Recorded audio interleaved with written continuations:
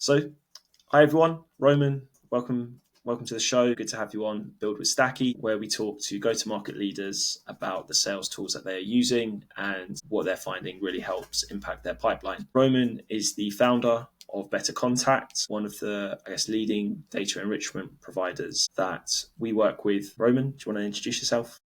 Yeah, first of all, thanks for having me, James. I've seen a lot of recent podcasts from you, so it's definitely an honor to be here. And so as you already mentioned, I'm one of the co-founders at BetterContact, and so we've been doing it for around 20 months now, so close to 2 years. We're probably going to talk about how it came about and stuff later on, but that's like a brief introduction. Yeah, nice. How did it come about? Let's dive into a little bit of your background before we get into maybe the stack build.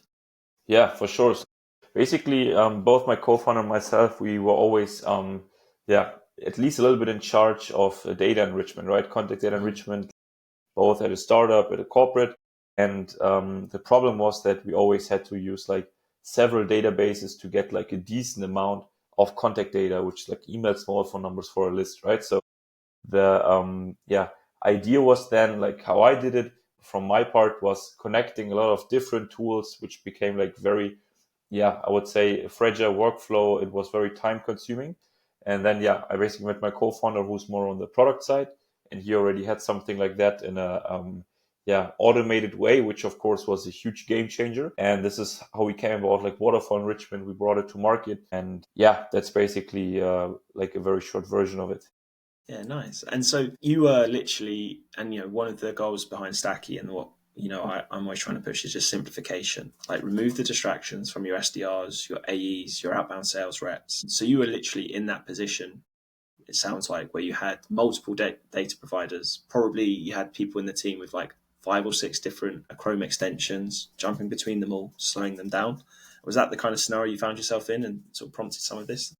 Yeah, exactly. So it was basically on two sides. So I also used to work in sales for like a very short period of time. So this is exactly what you've outlined. And also on the, I would say list building side, basically then creating these lists for sales. And talk us a little bit through then what's your go-to-market motion right now before we get into the tools? Are we talking about cold calling like you and your team rather than maybe the teams you support? We'll get into that later. Is it cold calling, email? What have you found like best for a small startup trying to scale? Yeah, definitely. So currently, so what we used to do was very heavy cold emailing and also some type of cold calling, right? Mm-hmm. To get like market validation. And now, as we are still a very lean team, right? It's basically my co-founder and myself, and we're working with some freelancers. It's of course very time consuming to still keep doing cold calling, like as the founder, because we still have to do like customer success for like the hundreds of customers we currently serve. And so what we do, like we place a lot of emphasis also on content, right? So like this inbound led outbound thing, so that we cannot really afford time-wise to really do like cold calling, but rather like have some more like intent leads, like more warm leads, which already engage with our content and all of that. And then we basically reach out. That makes sense. And I guess, so it sounds like you've gone through that stage already where, and also with the background that you've just gone through and what sort of sparked wanting to build a tool like this, you've now established product market fit, you've done a lot of founder-led sales, and are you making that transition at the moment, or do you feel like you've made that transition? Or maybe it's always an ongoing thing between, as the founder, working in the business to now working on the business? Yeah, that's a good question. That's a good question. So our idea is to of course work as long as possible, to our maximum capacity, which already is of course in a way reached.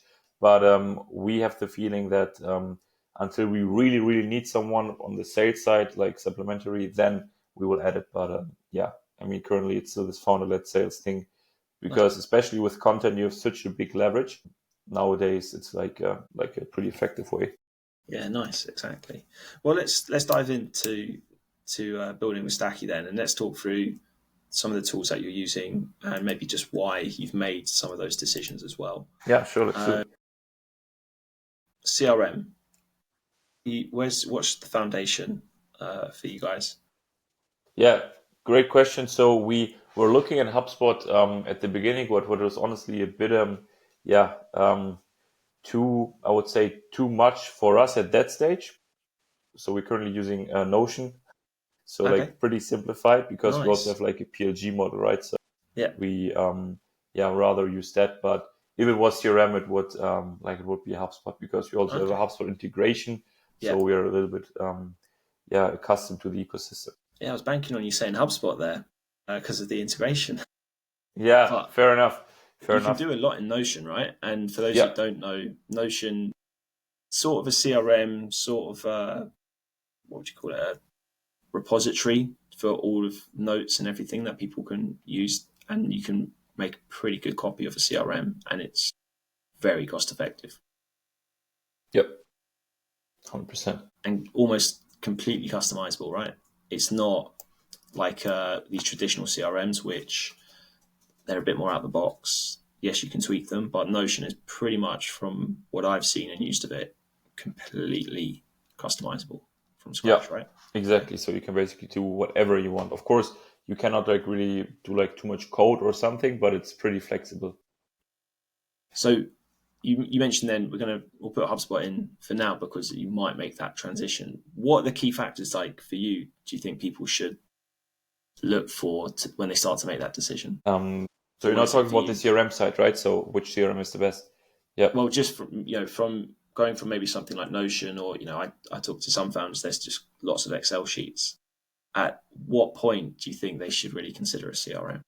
Yeah, that's a good question. So I think that's a lot of like founders, of course, are asking this question themselves. So I mean, it first depends if you have like more of a sales-led motion or like a PLG motion, right? If you have like very high ticket deals, then it could definitely make sense to directly start with a HubSpot, especially if you have maybe like a sales rep already, so you can basically like also communicate to the CRM. But I would say as soon as you have like more people on the team, it definitely makes sense. Like it's basically like a must-have to have a proper CRM. But I think this question PLG or sales-led motion is definitely also an important factor. Yeah, that's a good, really good point. Really, really good point. Because if it's a PLG motion, then you can get a lot done Yeah, using other exactly. tools to build a lot of stuff on the back end of your own tool. But when it comes to building a sales led motion, and you have people tracking prospects, taking notes, tracking customers and stuff, that's where I would probably encourage people to really start considering their CRM choices. So then, what other tools? What, I guess, like, form the basis of maybe your list building and your data enrichment? Yeah, How do you go about that? definitely. So let's start maybe at the first vertical. So list building, Sales Navigator, right? I mean, it's like the most accurate and also most up to date. So regarding lookalike, so we're actually using a tool called PandaMatch, which Yep, is great. great tool. And I mean, especially for those which are not on LinkedIn, right? So it's like also a nice supplement, if you want to call it like that. And so I mean, on the technographic side, firmographic side, we don't use like any additional data source, because for what we need, it's like well covered by like ones. Yeah, absolutely. I guess for providing a Waterfall data enrichment tool, as long as you've got the HubSpot integration, so as long as they're using HubSpot, that's kind of the only data you probably need. And Exactly. based on, I think based on Sales Navigator, you can probably get some of that data, and then the lookalikes, startups, you can pretty make a good guess at who's using HubSpot, right? Yeah, exactly. So what we're also using is like Clay to some extent. I mean, we're I was also going to looking say, uh, at Genesee AI, which is like European yeah, alternative. yeah, And I mean, Clay, for example, has like built with integration. I mean, you can also use other ones, and then you can also see if it's a HubSpot yeah, possibility, yeah, like excellent, usage. yeah. So, are you sort of building the list on LinkedIn Sales Navigator then, and then using Clay to maybe score those lists, or just like double check that they use HubSpot, that they use some of the tools that you want to compare to, or is it Clay and then Sales Nav? Yeah, exactly. So it's like the initial list building is on SalesNav, and then like further enrichments, as we've already said, like some technographic data on clay, and then it's also connected to our tools like pushing data to outreach tools and stuff. Clay is like, I think everyone in our space now are like familiar or like has heard of clay, knows some of what it can do. Have you got any like tips for people? People are always asking like how to get the best use out of clay. Yeah, I mean it's a good question. So of course the magic in clay, how I'm seeing it, and like in these spreadsheet solutions in general, right? I mean there are a lot of like similar solutions out there. Is the possibility to automate things, right? So especially if you have like account scoring, so you can automate everything from the start to the end, right? With like webhooks and stuff. And I mean, it definitely makes sense to spend some time to set up these processes, because as soon as they run on autopilot, it's like a huge time saving. Practical tips. I mean, there are a lot of resources, I think, from Clay themselves on their YouTube channels. And yeah, just getting started there is probably the best way. Yeah, absolutely. I think like one of the things I'd add to that is just like, don't be afraid to just like test lots of little things. Just run that before you launch the whole thing. Just test it for 10 accounts or 10 rows or Yeah, whatever. exactly. Because I've done it myself where I think I've built the right workflow and it's going to give me everything I need. You run it for like all the rows you can, and then you realize you've mixed something up and you just wasted all your credits. So it's like you said, it's worth taking that little bit of time to just try and build the right automations, the right workflow, because once you've done that, it can feed you and your team for weeks, months later. Mm-hmm. Yep. Without you having to go back and do that work, which is like one of the biggest game-changing things, which is going to help just remove that future distraction from the team, even if it costs you maybe a day at the start of the quarter or whatever it might be to build it. Yep. 100%. Cool. Moving on then, data.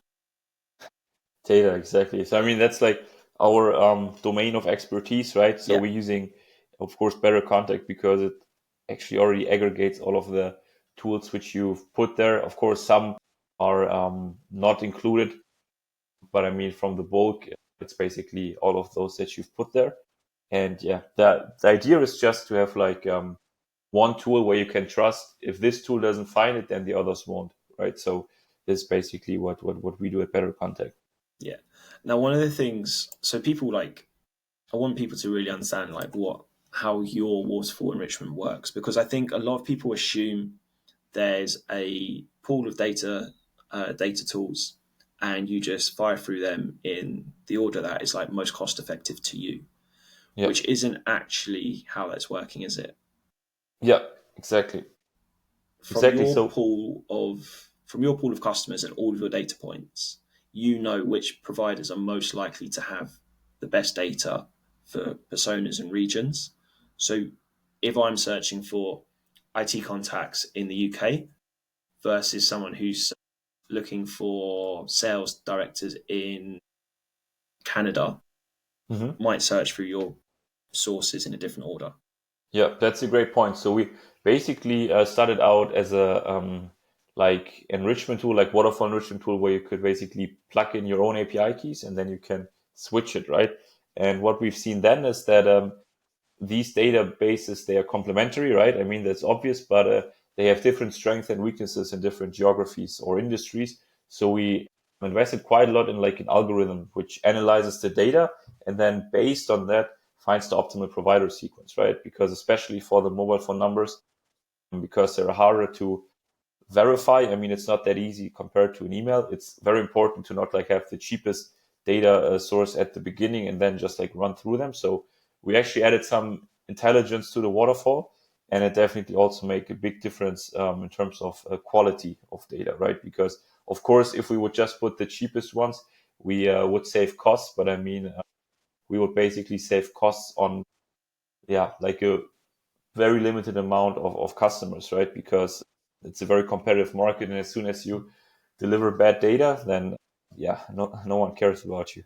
Yeah, absolutely. It's that classic thing of like, I used to have this all the time when I had a team of like 20 SDRs, and they would each of them download the free versions of several of these different tools. Like Lusher was one that everybody had the free version of for a while until we bought it.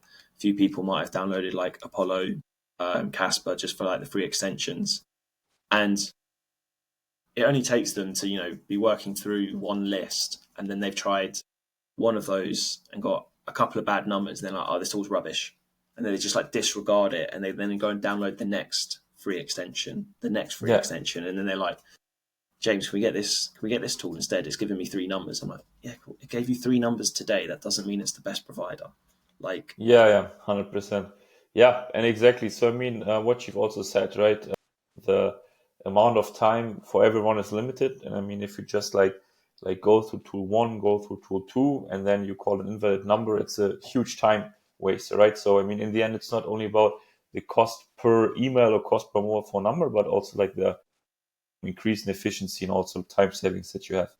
yeah, exactly. And just like helping to limit with like, and this is again, it's one of the key points that we are trying to make here with Stacky is like the more ways you can remove distraction and frustrations from your SDRs, the better your pipeline building is going to be, because it's not that you've necessarily got the wrong data tool or the right data tool or 3 of the 3 good data tools. It's just all little bits of distraction that slow them down and create frustration. And when people are kind of building their own waterfall without all of the information that you can provide on, like inside BetterContact, they're just running that risk of adding more frustration to an SDR, slowing an SDR down again, and attention spans. Hard enough.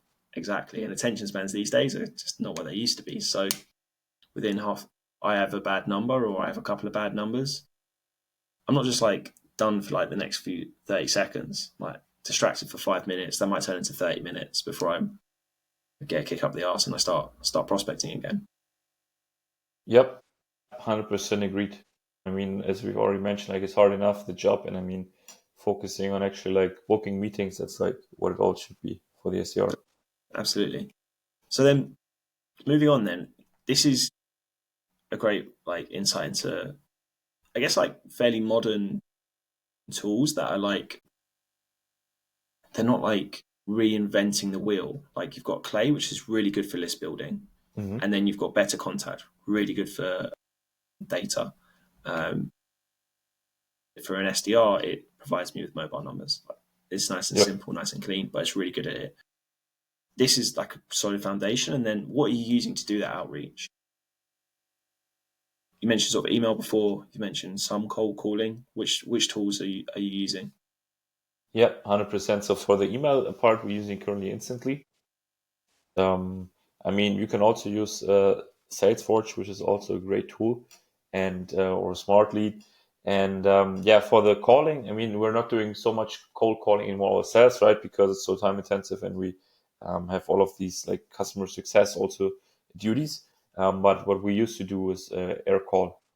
Yeah, nice. Exactly. And so, like, Instantly is just so reliable because of the amount of infrastructure and amount of features that they've put in to help you build the right infrastructure, protect your domains, increase deliverability, keep your accounts warm.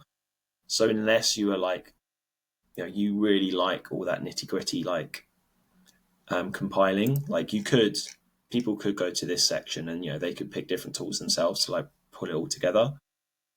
But like instantly Salesforce and Smartly, they're all really good on that front. But Instantly is a solid option.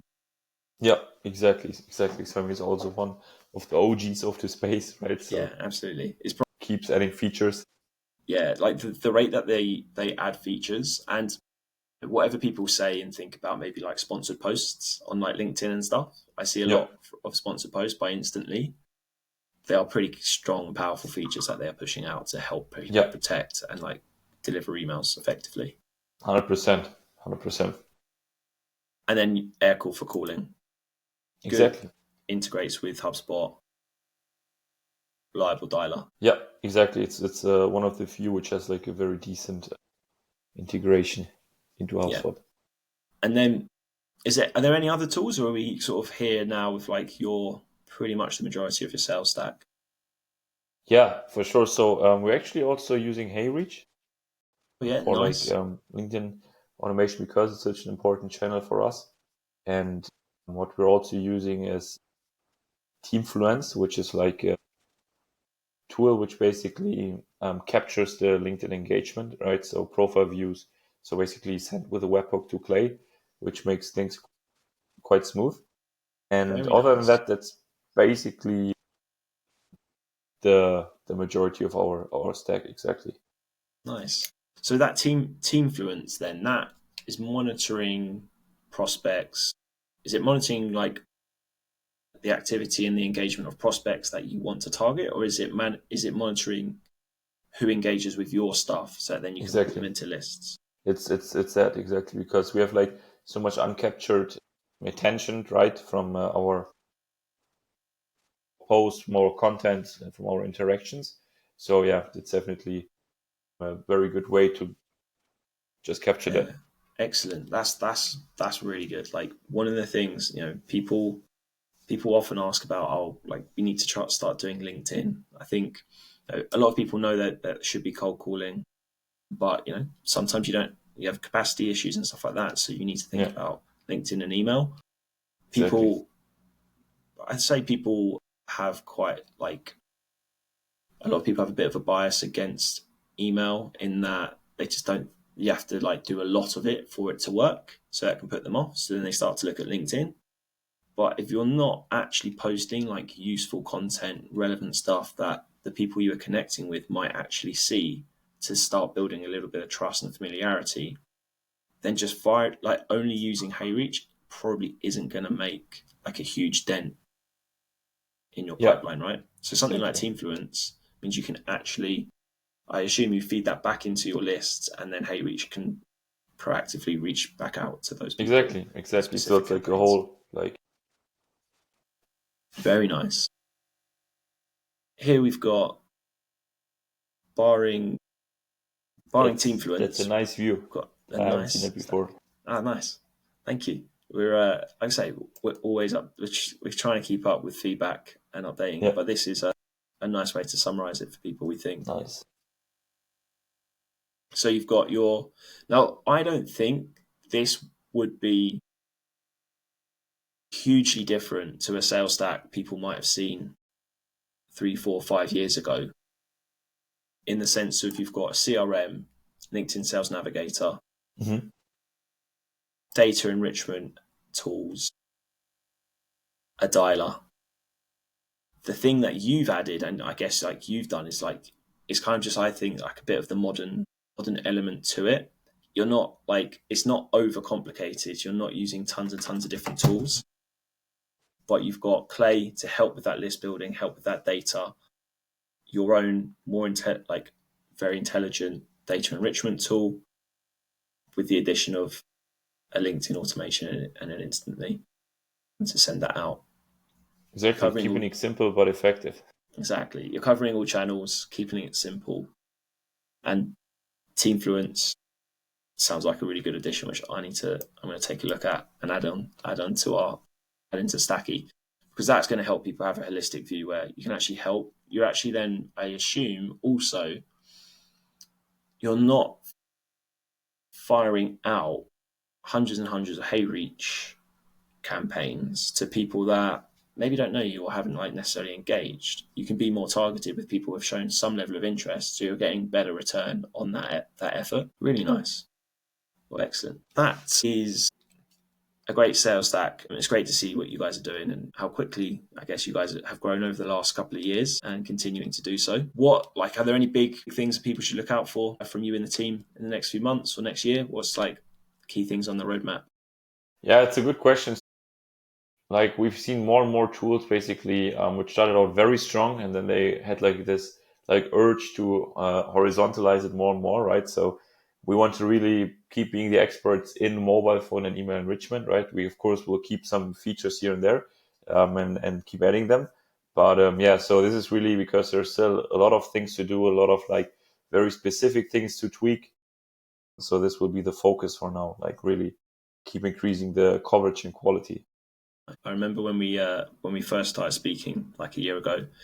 I think I asked you like the same question or a similar question. You said like we're gonna stick with waterfall enrichment and just working out how we get the best numbers with good coverage. but we're not going to sacrifice coverage for quality. Exactly. That's the whole idea. So, I mean, quality is, of course, always the most important because, I mean, even if you send 100% of enriched data and it's not usable, the user paid for it and has nothing usable. It's, of course, something we want to avoid. Exactly. And then it just drags your reputation through the mud, right? And frustrated SDRs, people just don't want to use the tool, and then no one's making pipeline and no one's winning. Exactly. Yeah. So that's what we want to avoid. The absolute pleasure to talk to you as always, Roman. Great to have you on Build with Stacky. Thank you, James. Just understand, maybe what it's like for, someone who's seen a problem. They've then built a tool to solve that.